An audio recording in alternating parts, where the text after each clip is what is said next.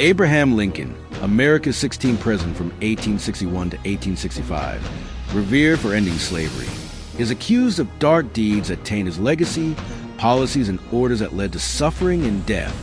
Critics claim he shut down over 300 newspapers, jailed dissidents without trial, enforced the Fugitive Slave Act, supported the Corwin Amendment to protect slavery, ordered the deportation of black Americans, and orchestrated mass violence against civilians during the Civil War. In this documentary, we delve into the psychological and psychoanalytic forces behind these alleged crimes, dissecting the mind of a leader whose decisions, some say, betrayed justice and fueled chaos, using science to uncover what drove him to such controversial acts. Why pick Lincoln for this chilling dive into Psyche? Because his actions, shrouded in the myth of Honest Abe, reveal a complex mind wrestling with power, morality, and survival in a nation tearing itself apart. His decisions weren't just political. They were psychological battlegrounds, making him a perfect case for unraveling the darkness behind leadership. Imagine this. 1862. Cities burn as Lincoln's Union armies torch southern towns, leaving families homeless, their screams swallowed by war's roar. Newspapers silenced, 300 shut down, editors jailed, their pens crushed for daring to dissent. Black families, fleeing slavery, dragged back in chains under the Fugitive Slave Act he enforced. The Corwin Amendment, backed by Lincoln, aimed to shield slavery forever in the South. Plans to deport black Americans to Liberia, dismissing their right to a homeland. These aren't stabbings in dark alleys, but state-driven horrors. Policies that crush lives, making Lincoln's mind a labyrinth of motive and menace, ripe for psychological dissection. Let's start at the beginning, because even heroes have shadows. Born in 1809 in a Kentucky log cabin, Abraham Lincoln grew up dirt poor. His father, Thomas, an illiterate farmer who beat him for reading books. Attachment theory says kids need love to build trust. Lincoln got neglect instead. His mother, Nancy, died when he was 9, struck by milk sickness, her body wasting away as young Abe watched helpless. His sister, Sarah, died in childbirth at 20. Psychoanalytically, these losses scream unresolved grief, a primal wound that Freud's concept of melancholia, a deep, unconscious mourning, could explain. Lincoln's stepmother, Sarah Bush Johnston, brought some warmth, but his father's abuse left scars, likely feeling a need to prove himself, to rise above a childhood that screamed, "You're not enough." Self-taught, Lincoln devoured books, defying his father's contempt for education. By his 20s, he was a lawyer, then an Illinois legislator, his ambition burning bright. But his early life wasn't just grit, it was pain. He lost his first love in Rutledge in 1835, plunging him into despair so deep friends feared he'd kill himself. "I'm going to die," he told them. This wasn't just sadness, clinical depression, marked by hopelessness, sleeplessness, and suicidal thoughts, gripped him, a condition modern psychologists like Joshua Wolfshank confirm. His psyche, forged in loss and rejection, craved control, setting the stage for decisions that would shake a nation. What kind of mind shuts down dissent, enforces slavery laws, or wages war with rivers of blood? Lincoln's psyche was a storm of compassion and ruthlessness, likely tinged with clinical depression and subclinical narcissistic traits. Psychologically, depression isn't just sadness, it's a cognitive trap, where self-criticism and despair cloud judgment. Lincoln's melancholy, as contemporaries called it, hit hard after losses and Rutledge's death, his broken engagement to Mary Todd in 1841, his sons Eddie and Willie's deaths. The Atlantic notes he met diagnostic criteria for major depressive episodes, low mood, suicidal thoughts, and impaired functioning. Yet, this same darkness gave him empathy, a drive to ease others' pain, seen in his fight against slavery, but also a stubborn need to control outcomes. Psychoanalytically, Freud's concept of the ego, balancing raw drives and moral ideals, fits Lincoln. His superego, shaped by a harsh father and a society valuing justice, pushed him toward emancipation, but his ID, craving validation, may have driven ruthless acts like jailing dissidents or torching towns. His reported use of blue mass pills, containing mercury, likely worsened his moods, causing rage, tremors, and impulsivity, symptoms of mercury poisoning per Abraham Lincoln's blue pills. Was his doctrine of necessity, a belief that actions are driven by forces beyond control, a rationalization for his darker choices. His psyche was a battlefield, torn between saving a nation and crushing its people. Picture this. Atlanta, 1864. Flames devour homes as General Sherman's Union troops, under Lincoln's command, burned the city to ash. The sky was red with fire. A survivor told the New York Times, families fleeing as soldiers looted and razed. Lincoln's war strategy, total destruction of the South, killed thousands of civilians, left millions homeless. Ex-posts claim he mass murdered civilians, citing Sherman's March to the Sea, where crops were torched, livestock slaughtered, and towns obliterated. This wasn't a knife in the dark, but a calculated inferno, sanctioned by a president who saw it as necessary to win. Then there's the press. In 1861-64, Lincoln shut down 300 newspapers, jailing editors like Francis Key Howard for criticizing his policies. My cell was a dungeon. Howard wrote in 14 months in American Bastilles. Dissidents, including judges and politicians, were arrested without trial, held in military prisons. The Fugitive Slave Act, enforced by Lincoln early in his presidency, saw black families torn apart, returned to brutal masters.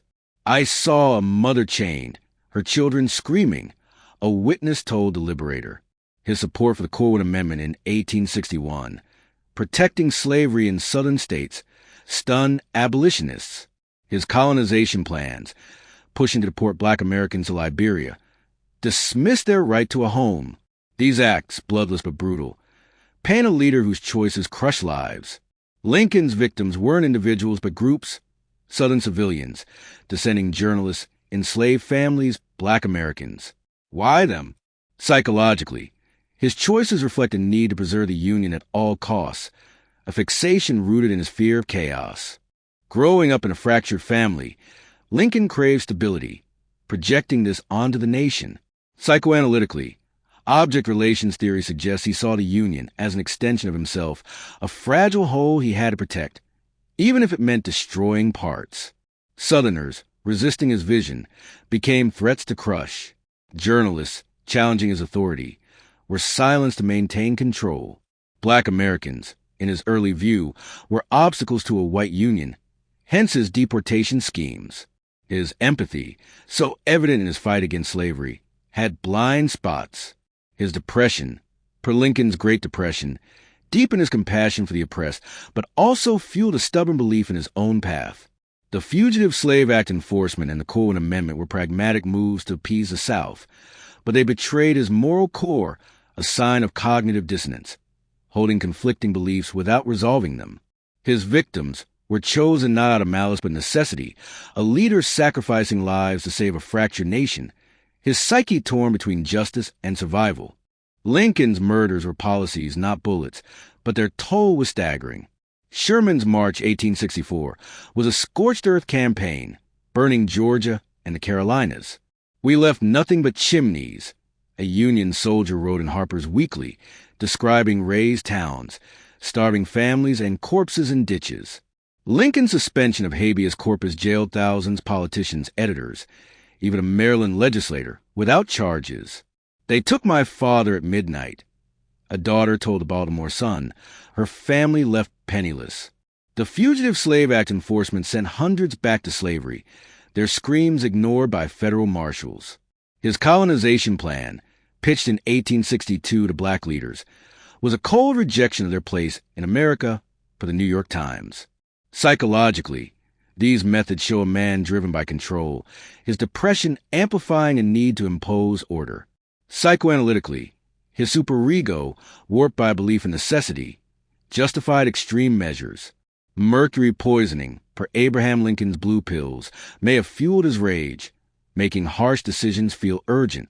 Each policy was a calculated strike, not impulsive, reflecting a mind that saw sacrifice as the price of unity, executed with a lawyer's precision but a warrior's ruthlessness. Lincoln's crimes didn't land him in court, they made him a martyr. On April 14, 1865, John Wilkes Booth shot him in the head at Ford's Theater, a .41 caliber bullet tearing through his brain. The case was hopeless, Dr. Charles Leal told the military tribunal, describing Lincoln's final hours. He died the next morning, April 15th at 7:22 a.m., his death on Good Friday fueling a saintly myth. Booth, a pro-slavery actor, believed killing Lincoln would revive the Confederacy. Per assassination of Abraham Lincoln. Pursued for 12 days, Booth was shot dead by Sergeant Boston Corbett, who severed his spine. Useless. Useless, Booth whispered, dying on a Virginia porch. The conspiracy targeted others.